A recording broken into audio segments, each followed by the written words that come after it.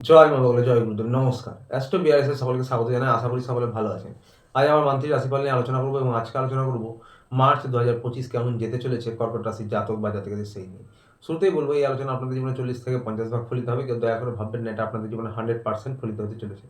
তার কারণ হচ্ছে বর্তমান পরিস্থিতি অনুযায়ী যার ব্যক্তিগত লগ্ন গোষ্ঠীর পরিস্থিতির সঙ্গে যতটা বেশি ম্যাচ করবে তার সঙ্গে ততটাই বেশি ফলিত হবে।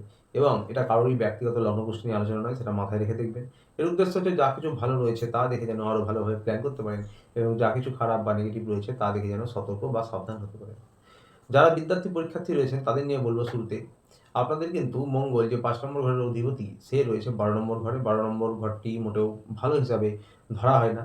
তবে দেবগুরু বৃহস্পতির দৃষ্টিতে অমৃত রয়েছে এবং দেবগুরু বৃহস্পতির দৃষ্টি কিন্তু এই ৫ নম্বর হাউসে রয়েছে। তো সুতরাং বুঝতেই পারছেন মিশ্র ফলাফল আপনারা পেতে চলেছেন। মন চঞ্চল অস্থির হবে, মন এদিক ওদিক লেগে থাকবে, রাগ জেদ বৃদ্ধি পেতে পারে, আপনাদের গুরুস্থানীয় কারোর সঙ্গে মতান্তর হতে পারে, আপনাদের তাদের প্রতি একটা জেদি মনোভাব থাকতে পারে এই মাসে। তবে যারা প্রচেষ্টা প্রয়াস করছেন তাদের দেবগুরু বৃহস্পতির কৃপায়, দেবগুরু জ্ঞানের দেবতা, তার কৃপায় কিন্তু মোটামুটি সফলতা আপনারা অবশ্যই পাবেন। এবং যারা উচ্চশিক্ষায় রয়েছেন, তন্ত্রমন্ত্র জ্যোতিষ নিয়ে পড়াশোনা করছেন, যারা গবেষণামূলক পড়াশোনা করছেন, তাদেরও কিন্তু কর্মব্যস্ততা বেড়ে যাবে। পড়াশোনা নিয়ে একটু ছুটোছুটি হতে পারে এবং যারা ছোটরা রয়েছেন তাদেরও পড়াশোনা নিয়ে ব্যস্ততা বেড়ে যাবে, ছুটোছুটি হতে পারে, ট্রাভেলিং হতে পারে এই মাসে একটু বেশি। এই সমস্ত কিছু কিন্তু থাকছে। সরকারি পরীক্ষার জন্য বলবো যে ১৫ তারিখের পর বা মার্চ মাসের পর ১৬-১৭ এরকম সময় থেকে সময়টা ভালো। এবং সকলের জন্যই বলব যে আপনাদের পরীক্ষা যেগুলো ২৯ মাসের মার্চের পরে অর্থাৎ ২৯শে মার্চের পর যে সমস্ত পরীক্ষা রয়েছে সেগুলো কিন্তু আপনাদের ভালো। ২৯শে মার্চের পরের সময়টা। যারা লাভ রিলেশনে রয়েছে তাদের উদ্দেশ্যে বলব এবার।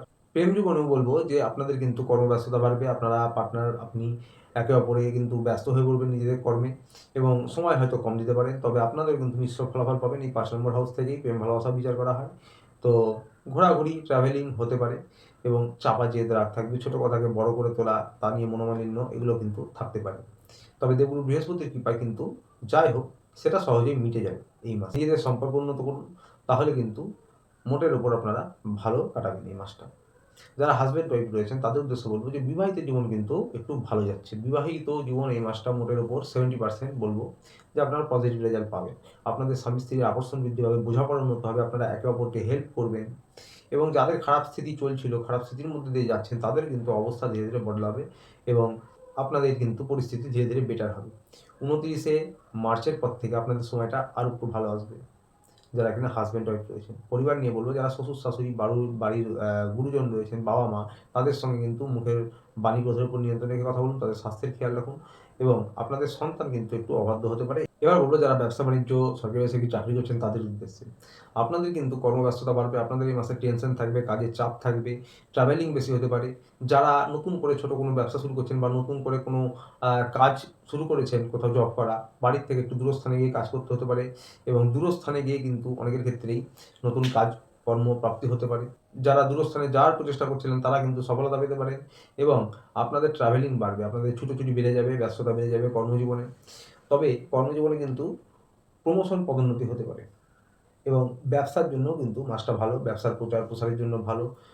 ব্যবসায় টাকার ফ্লোইং মোটামুটি ভালো থাকবে এবং অর্থনৈতিক পরিকাঠামো ভালো থাকবে। তবে খরচ বৃদ্ধি হতে পারে। বিশেষ করে জমি, বাড়ি, সম্পত্তি রিলেটেড খরচ কিন্তু আপনাদের বৃদ্ধি হতে পারে এই মাসে। এছাড়াও অন্যান্য খরচও হতে পারে।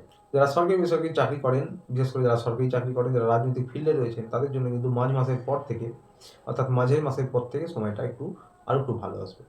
তবে মঙ্গল ১২ নম্বর ঘরে রয়েছে, খরচ তো বৃদ্ধি হবেই, মুখের বাণী ক্রোধের উপর নিয়ন্ত্রণ রাখতে হবে। নিজের মতন করে কাজ করব, কারোর পরামর্শ বা কারোর আদেশ, পরামর্শ ঠিক নয়, কারোর আদেশ শুনবো না এরকম একটা মনোভাব হতে পারে। একটু একগুঁয়েমি, একটা জেদের ব্যাপার এই সমস্ত কিন্তু আপনাদের মধ্যে দেখা দিতে পারে এই মাসে। তাই যারা সিনিয়র রয়েছেন, কলিগ, যারা বস, ম্যানেজার রয়েছেন এবং ব্যবসায়ীর ক্ষেত্রে যারা মহাজন রয়েছেন তাদের সঙ্গে ব্যবহার সম্পর্ক উন্নত করুন। মুখের বাণী ক্রোধের উপর নিয়ন্ত্রণ রেখে কথা বলুন। অর্থনৈতিক পরিকাঠামো ভালো থাকবে, প্রমোশন পদোন্নতি হতে পারে, কর্ম পরিবর্তন হতে পারে, কর্মের পরিবর্তন আপনাদের হতে পারে এবং নিজে থেকে করতে পারেন বা হয়তো কর্মক্ষেত্রে আপনি থেকেই হতে পারে। বন্ধুরা আবার স্বাস্থ্য নিয়ে বলবো, যারা ১২ মাস কোনো পুরনো সমস্যায় ভোগেন তারা হাঁটাহাঁটি যোগব্যায়াম করতে পারেন। সকলের জন্য বলবো যে আপনাদের কিন্তু মানসিক চাপ, টেনশন থাকছে এই মাসে এবং আপনাদের কিন্তু ২৯শে মার্চের পর থেকে সময়টা একটু একটু করে ভালো আসবে এবং এই চাপ, টেনশন এগুলো কমবে। দাঁতের সমস্যা, চোখের সমস্যা হতে পারে, রক্তজনিত কোনো সমস্যা অর্থাৎ high blood pressure, low blood pressure, রক্তাল্পতা এগুলো ছোটোখাটো ভোগাতে পারে এবং আপনাদের হাড়ে গাঁটে ব্যথা, কোমরের নিচের অংশে ব্যথা, পায়ে চোট-আঘাত লাগা এগুলো কিন্তু হতে পারে। প্রতিকার নিয়ে বলব, কর্কট রাশির অধিপতি হচ্ছে চন্দ্রদেব। তো সুতরাং আপনারা প্রত্যহ ওম নমঃ শিবায় এই মন্ত্রটা আমরা সকলেই জানি, জপ করতে পারেন ১০৮ বার কর দিনে বা চোখ বন্ধ করে ধ্যানের মতন ২ মিনিট ৩ মিনিট জপ করতে পারেন, অত্যন্ত ভালো প্রতিকার হবে। বাড়ির ছাদে বা উঠোনে পাখিদের কিছু খাবার খান রোজ, অত্যন্ত ভালো প্রতিকার হবে।